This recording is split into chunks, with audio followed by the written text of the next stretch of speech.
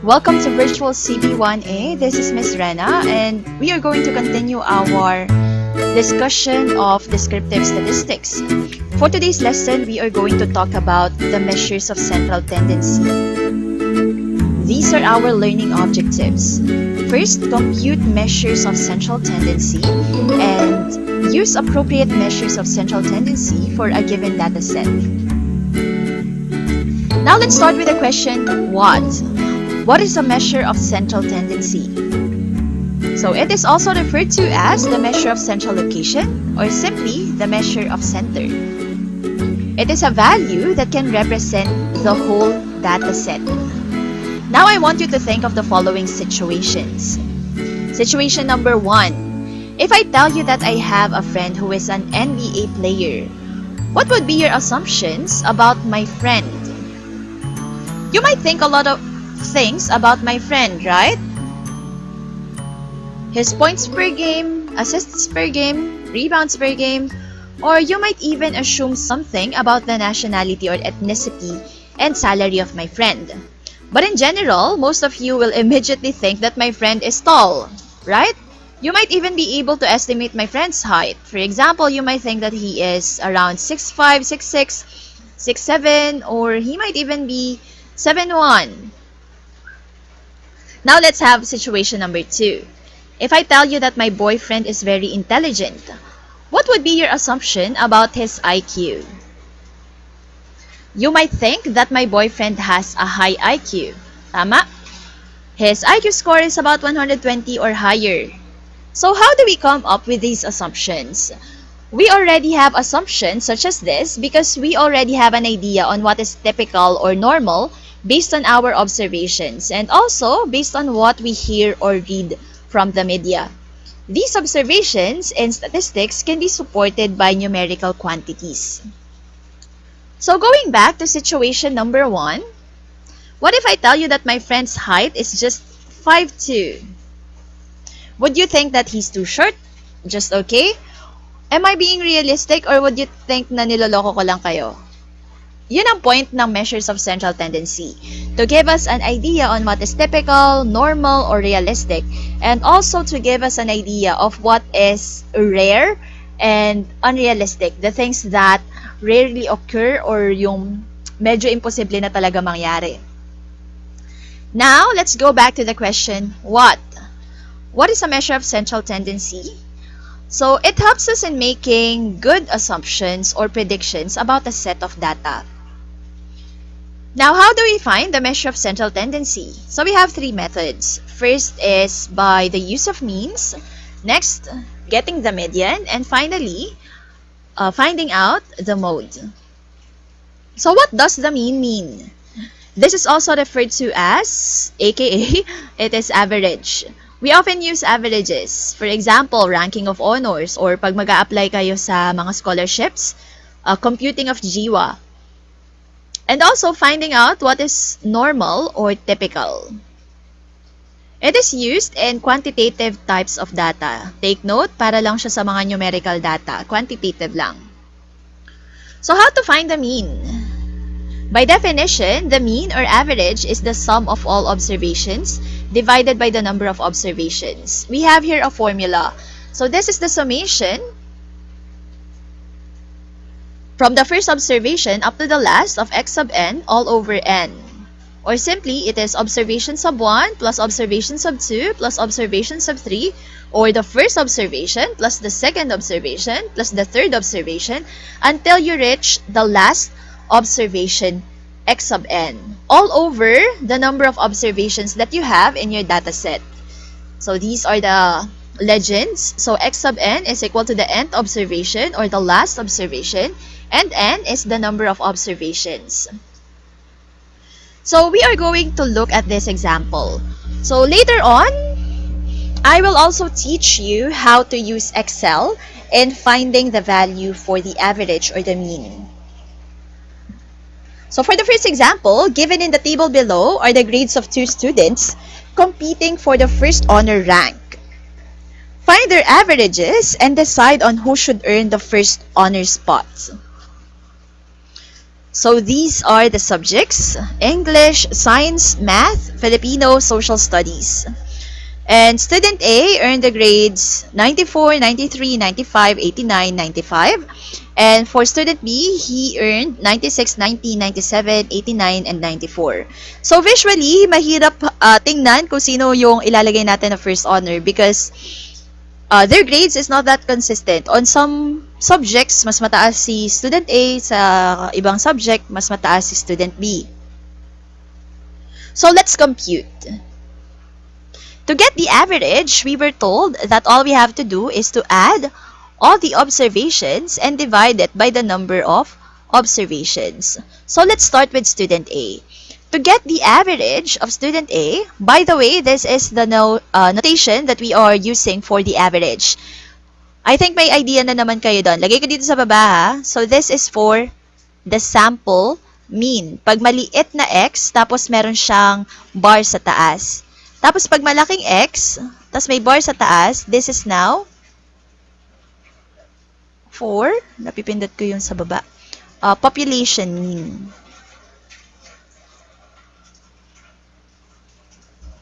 Now let's continue. To get the average of student A, let's add all the observations. We are going to put it on the numerator. We have 94 plus 93 plus 95 plus 89, and finally we have plus 95. Now divide it by the number of observations. How many observations do we have? So we have 5 subjects, therefore we are going to write here 5. Or just count the number of items that you have in the numerator. That will be your denominator. Okay? After that, just get your calculator and add them up. We have 94 plus 93 plus 95 plus 89 plus 95. We are going to arrive with 466. After that, just divide 466 by 5. You are going to end up with a value 93.2. So the average of student A is 93.2. Now, let's go to student B. So what do you think would be the average of student B? Let's see. Let's put here the computation for student B's average.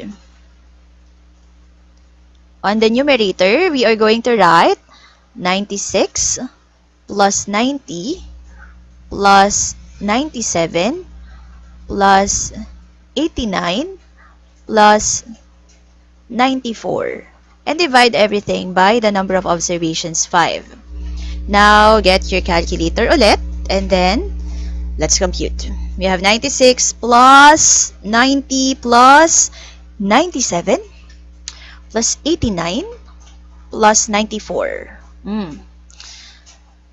Again, the sum is 466. And then we are going to divide it by 5. Parehas silang 93.2.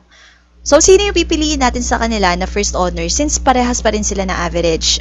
So, we are going to leave the answer hanging muna kasi we are going to make use of the same example for our next lesson, which is standard deviation or measures of dispersion.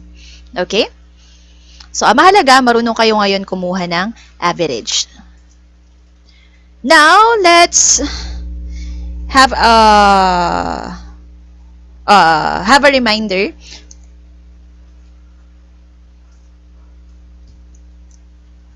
Okay, next, please take note of this. When not to use the mean. It is not suggested to use the mean or averages in the existence of outliers. So what do we mean by outliers muna? So outliers are extremely high or extremely low values. So those are values that will not follow the characteristic or behavior of your other data points. So halimbawa, naglagay ka ng scatter plot. Ito yung mga data points mo, nag-accumulate siya dyan in a way na as your independent variable increases, the dependent variable increases as well. For example, yung height at saka yung weight dito. Ito yung mga height natin. Ito yung mga 5'1", 5'2", 5'2", 5'3", mga ganyan. Tapos ito yung mga weight. For example, start tayo sa 50, 51, 52.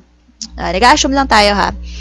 If say for example, meron ka ditong 7-footer, we expect him to have a very high weight na rin.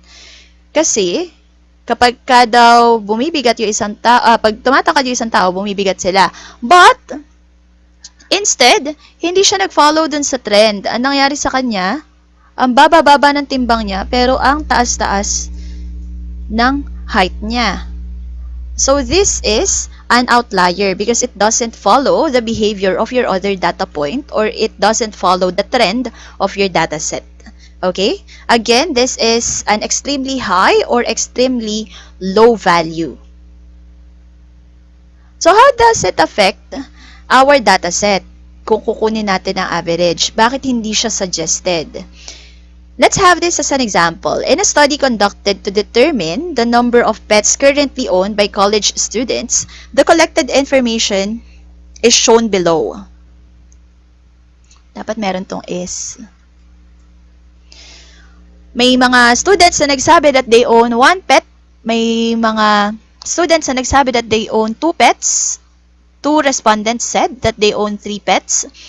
2 respondents said that they have 4 pets. One respondent said that she owns 6 pets. And one student said that she owns 200 pets. Now, let's analyze. Typically, kung hindi kasama si 200, ang range lang ng mga pwede nating makuhang average is around 1 to 6, which is, by observation, mapapansin nyo naman na yun talaga yung typical or normal sa mga household. Around 1 to 6 lang yung pets. But one student claimed na meron siyang 200 na pets. How will it affect our data set? So let's check for the average. For the average, just add them up. We have 1 plus 2 plus 1 plus 4 plus 1. Next, we have plus 1 plus 1 plus 3 plus 4 plus 2. And finally, we have plus 2 plus 3 plus 6 plus 1 plus 200.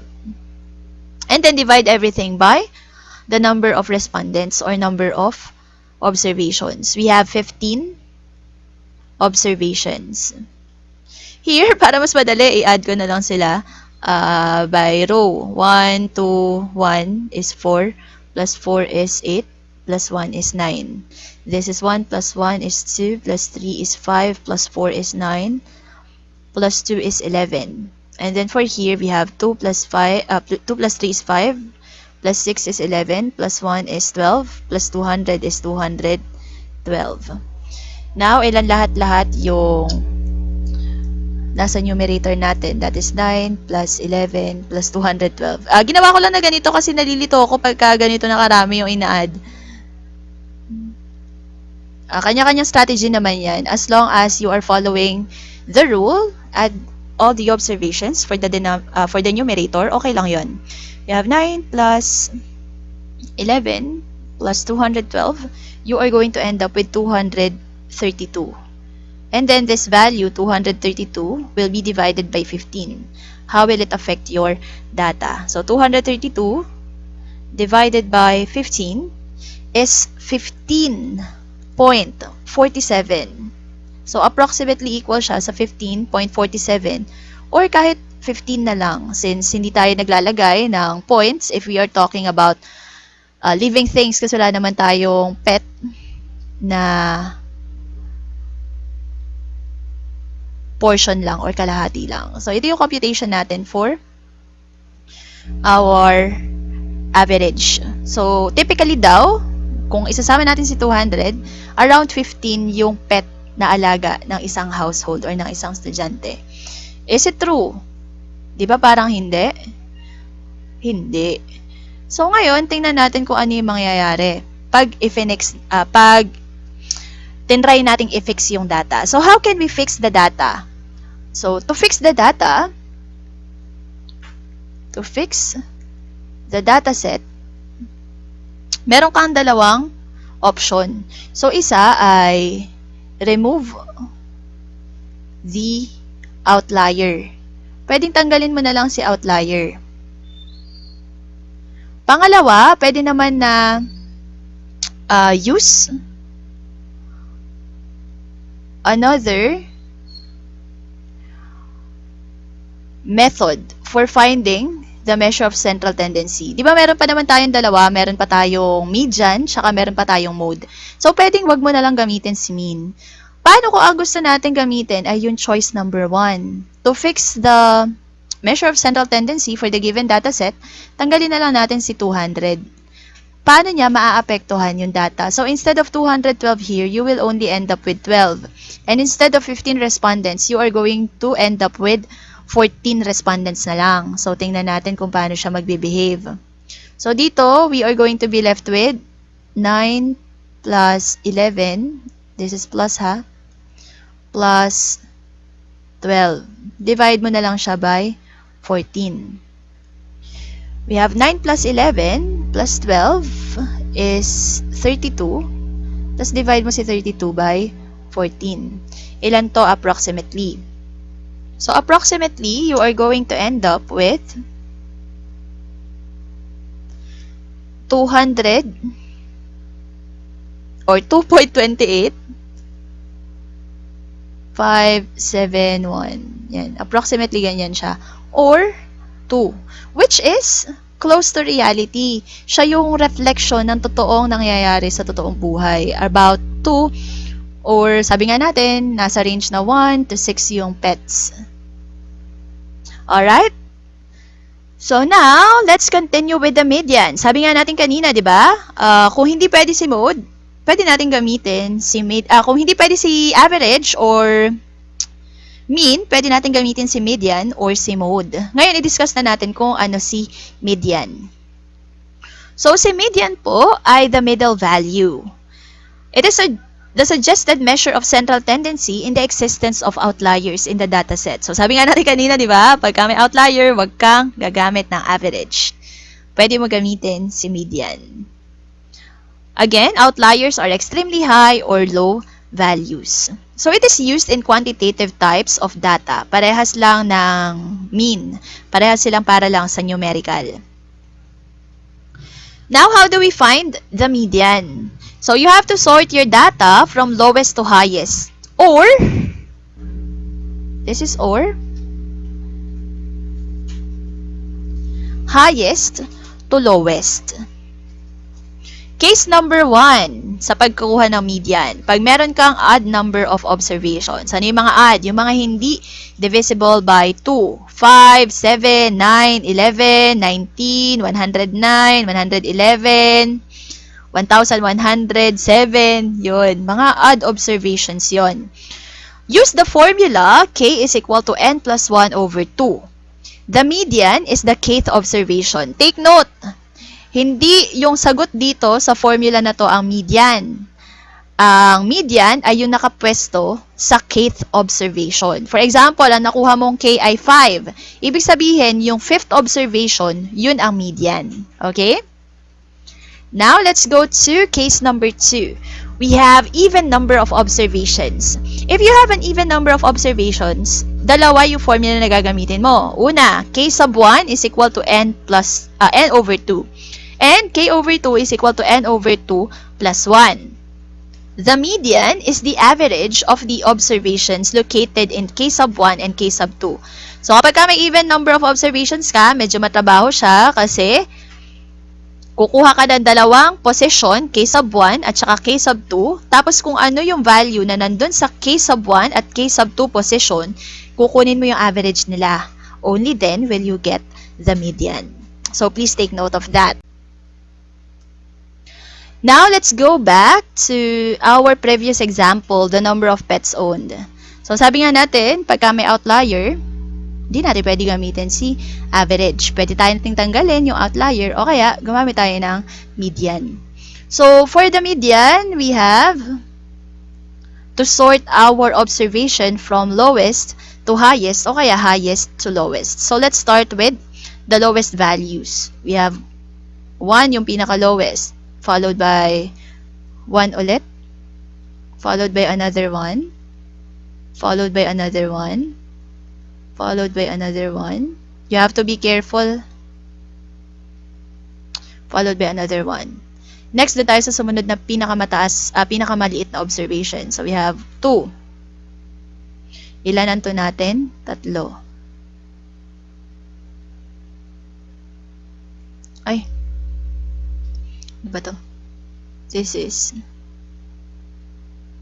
2 pa rin. Next, 3. Meron tayong dalawang 3. 3. 3. Next, meron tayong dalawang 4. Edi 4. 4. Finally, meron tayong isang 6. Ay, meron pa pala yung outlier natin na 200. Now, let's count the number of points that we have. Meron tayong 1, 2, 3, 4, 5, 6, 7, 8, 8, 9, 10, 11, 12, 13, 14, 15. We have 15 observations.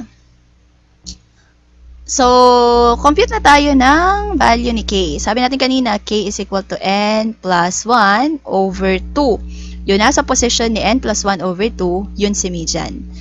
Our N here is, nagbilang tayo kanina, 15 sila. So, we have 15 plus 1 over 2, which is equal to 16 over 2, which is equal to 8. Ganyan lang kasimple kumuha ng K. Si median, hindi siya 8.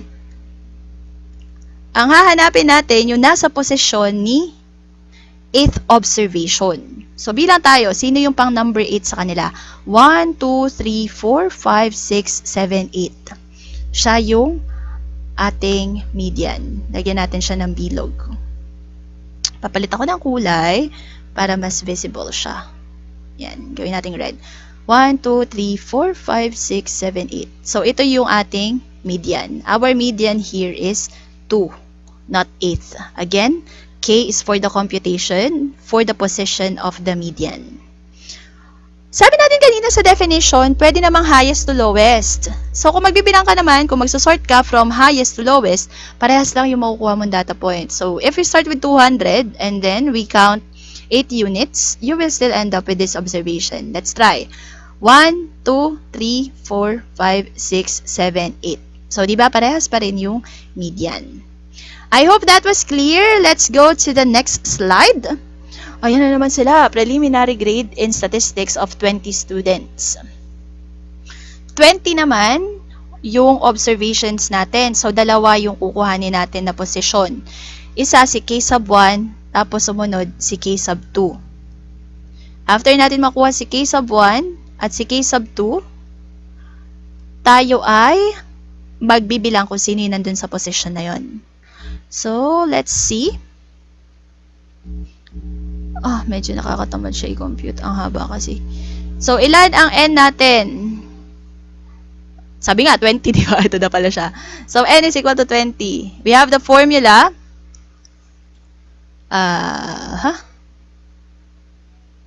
N over 2 at saka N over 2 plus 1. So, yung mga nasa position ng 10th at saka of course 11, yun ang kukunan natin ng average to get the median. Ngayon, isort natin sila. Kasi hindi pa sila sorted, hindi natin alam kung sino yung pang 10th at 11th na observation. Ano ba dito ang pinaka-mababa? So, visual checking tayo, 78. Mas mababa si 75. Walang mas mababa.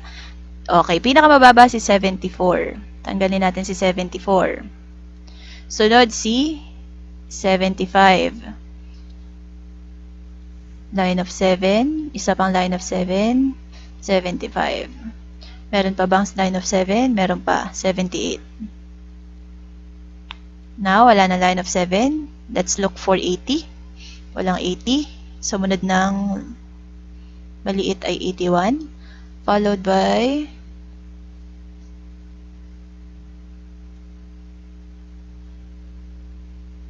84.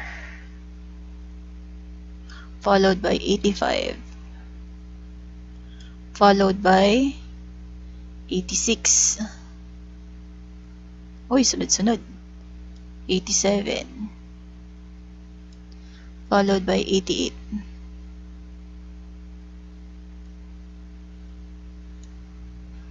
May 89 ba? Wala nang 89. Sunod na natin si 90. Dalawa sila.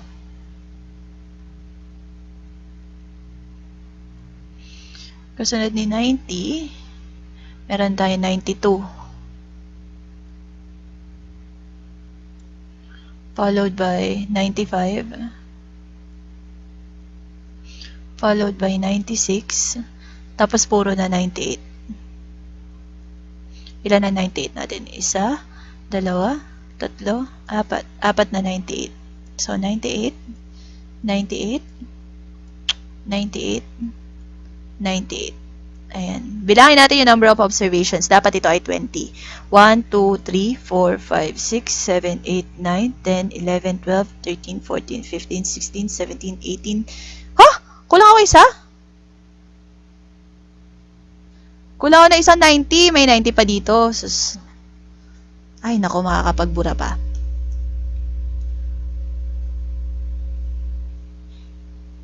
O, diba? Kailangan magbura. Please be careful. Oo, nagkakamali. Tagal-tagal ko na ito tinuturo. Okay. Yan, bilangin ulit natin. Dapat, ano na sila? 20. 1, 2, 3, 4, 5, 6, 7, 8, 9, 10, 11, 12, 13, 14, 15, 16, 17, 18, 19, 20. Yan. Ngayon, kunin natin si 10th at saka 11th na observation. Again, magpapalit ako ng kulay para kitang-kita nyo kung sino sila. 1, 2, 3, 4, 5, 6, 7, 8, 9, 10. So, ang nasa 10th na observation ay si 88. Ito yung 10th. Siyempre, ang 11th sa kanya, yung kalapit lang, si 90. So, we have 88 and 90. So, to get the median, you have to get the average of these two. We have 88 plus 90 divided by 2. What is 88 plus 90? Kuha kayo ng calculator kung hindi nyo siya kayang isolve ng mental math lang. We have 178 divided by 2. So, divide natin siya by 2. You will end up with 89. Okay? So, our answer here is 89. The median is 89. Okay, I hope meron pa kayong energy kasi meron pa tayong last na topic which is the mode. How do we get the mode? So, to get the mode, definition pala muna. So, it is based on frequency of occurrence of a data point. The data with the highest number of occurrence, or the one who appears most frequently, is the mode. Ngayon, bakit maganda rin na gamitin si mode? Kasi yung hindi kaya ni median at saka ni mean, kaya niyang kunin. For example, ang given sa'yo ay qualitative data. Hindi na yan kayang kunan ng center ni median at saka ni mean. Pero itong si mode, pwede siyang gamitin for quantitative and qualitative data. It is, again, a data, iba na pala ito. A data set can have more than one mode. Kapag isa lang yung mode, we call it unimodal. Pag dalawa yung mode, bimodal. Okay? Balikan natin yung ating example kanina, the preliminary grade in statistics of 20 students. So, sino dito yung pinakamaraming beses lumabas? So, count natin. Si 85, isang beses lang lumabas. Si 84, isang beses lang din. Si 90, tatlong beses. Tatlong beses sila. Yan, may bibingo na. Si 90, tatlong beses siya lumabas. Si 98, ilang beses siya lumabas? Isa, dalawa, tatlo, apat. Ayun, si 98, apat na beses lumabas. Si 78, isa. And everything else, isang beses na lang lumabas. So, our mode here, ang dali, di ba? Ang mode natin ay 98. Kasi siya yung pinakamaraming beses lumabas. So, dito kapag marami kayong values, pwede kayong magtali.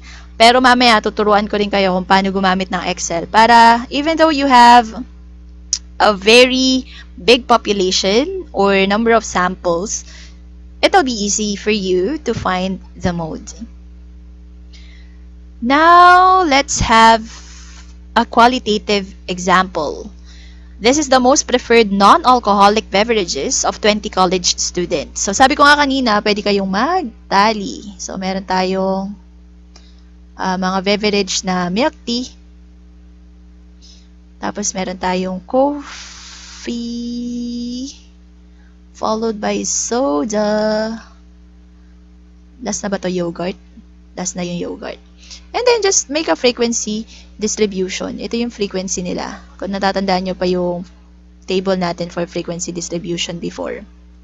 Milk tea, ilang beses lumabas? Isa, dalawa, tatlo, apat, 5, 6, 7, 8, 9. 9 times siya lumabas. Si coffee, isa, dalawa, tatlo. Tatlo lang, tumal. Si soda, isa, dalawa, tatlo, apat, 5, 6. 6. Si yogurt, isa, dalawa. Isa, dalawa. And then, syempre, you can check for the total to make sure that you have included all the data points in your data set. We have 9 plus 3 is 12. Plus 6 is 18, plus 2 is 20. So, tama naman. Now, what is our mode? The mode is the most frequently occurring observation. So, ang mode natin ay hindi 9, kundi milk tea. Ayan. Next, favorite subject of 20 randomly selected students. Tingnan lang natin isa-isa. Ilan si Matt? 1, 2, 3, 4, 5, 6, 7. 7 si Math. English. 1, 2, 3, 4, 5, 6, 7. 7 si English. Science. 1, 2, 3, 4. 4. Values isa. History isa. Sino pinaka most frequent lumabas? 2, 4, 6, 7. 2, 4, 6, 7. So, bimodal siya. Math and English. Okay? Oh, tapos na. Yes. So, this is the end of our discussion for the measures of central tendency